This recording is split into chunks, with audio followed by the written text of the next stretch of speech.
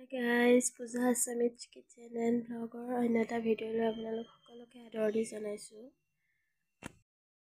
আজি মই আপোনালোকৰ বাবে মচুৰ দালিৰ খুব টেষ্টি ৰেচিপি এটা লৈ আহিছো। এই মচুৰ দালিখন বনাবলৈ খুবেই সহজ কিন্তু খাবলৈ ইমানেই সোৱাদ লগা হয় যে আপুনি এবাৰ বনালে বাৰে বাৰে খাবলৈ মন যাব। তেনেহলে দেৰি নকৰি চাওক কিদৰে বনালো। ইয়াৰ বাবে মই লৈছো 1 কাপ মচুৰ দাইল আৰু এই মচুৰ দাইলখিনি ভালদৰে ধুই লৈ 10-15 মিনিটৰ বাবে তিয়াই পেলাই থৈ দিম। আৰু লৈছো 2টা আলু দুটা ভালদৰে ধুই বাকলি গুচাই লৈছো। এতিয়া আলু দুটা দীঘলীয়াকৈ কাটি লম।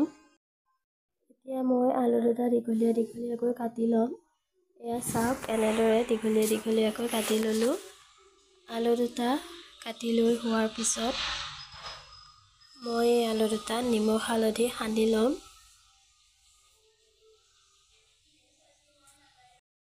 ইয়াৰ পিছত আনফালে মই এখন কেৰাহী বহুৱাই দিলো। তাতে মই এয়া দি দিছো মিঠাতেল। তেলখিনি ভালদৰে গৰম হোৱাৰ পিছত মই এতিয়া ইয়াত নিমখ হালধি সানি থোৱা আলুখিনি দি দিছো। এয়া আলুখিনি হাই ফ্লেমত ৰঙচুৱা হোৱালৈকে ভাজি ল'ম। 5-6 মিনিটমান হোৱালৈকে এনেদৰে আমি আলুখিনি অলপ ভাজি ল'ম। 6 মিনিটমানৰ পিছত এয়া চাওক মোৰ আলুখিনি ভাজা হৈ গ'ল। এতিয়া এইখিনি মই এখন প্লেটত কাঢ়ি লৈছো। আলুখিনি কাঢ়ি লোৱাৰ পিছত একেখন কেৰাহীতে আলু ভাজা তেলখিনিতে এতিয়া মই দি দিছো এচামুচ গোটা জিৰা দিয়াৰ পিছতে এতিয়া মই ইয়াত দিছো 2টা শুকান জলকীয়া। জিৰাখিনি ৰঙা হোৱাৰ পাছতে এতিয়া মই দিছো এটা ডাঙৰকৈ কাটি লোৱা পিঁয়াজটো দি এতিয়া মই ভালদৰে ৰঙচুৱাকৈ ভাজি ল'ম। পিঁয়াজখিনি ৰঙা হোৱাৰ পাছতে এতিয়া মই ইয়াত দি দিম ধুই থোৱা মচুৰ দাইলখিনি। এয়া মই মচুৰ দাইলখিনি দি দিছো। এতিয়া মই মচুৰ দাইলখিনি ভালদৰে ভাজি ল'ম। আপোনালোকে আগতে এনেদৰে ৰান্ধি খোৱা নাই এবাৰ ৰান্ধি খাই চাব। লগতে যদি এই ৰেচিপিটো ভাল লাগিছে মোৰ চেনেলটো ছাবস্ক্ৰাইব কৰিবলৈ নাপাহৰিব। এয়া মোৰ ভাজা হৈ গৈছে। এতিয়া মই ইয়াত 2 কাপ পানী দি দিম। যিহেতু 1 কাপ দালি দিছিলো এতিয়া মই ইয়াত 2 কাপ উতলা পানী দি দিম। উতলা পানী দিলে দাইলখন খাবলৈ টেষ্ট হয়। আপোনালোকে যদি বনাই উতলা পানী ব্যৱহাৰ কৰিব।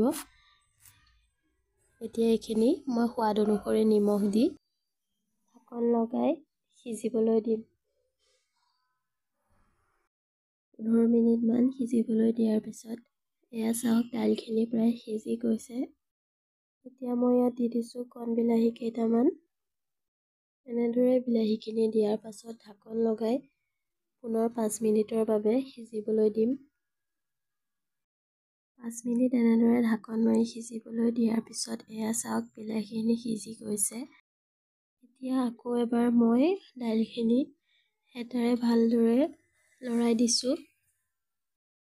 আৰু লৰোৱাৰ পাছত এতিয়া মই ইয়াত দি দিছো ভাজি লোৱা সেই আলুখিনি যিহেতু ভালদৰে ফ্ৰাই কৰি লোৱা হৈছে সেয়ে বেছি সময় নালাগে। 1-2 মিনিট সময় এনেদৰে দাইলখিনিৰ লগত মিহলাই দিম। ইয়াৰ পিছত আমাৰ এই টেষ্টি মচুৰ দাইলখন খাব পৰা হৈ যাব।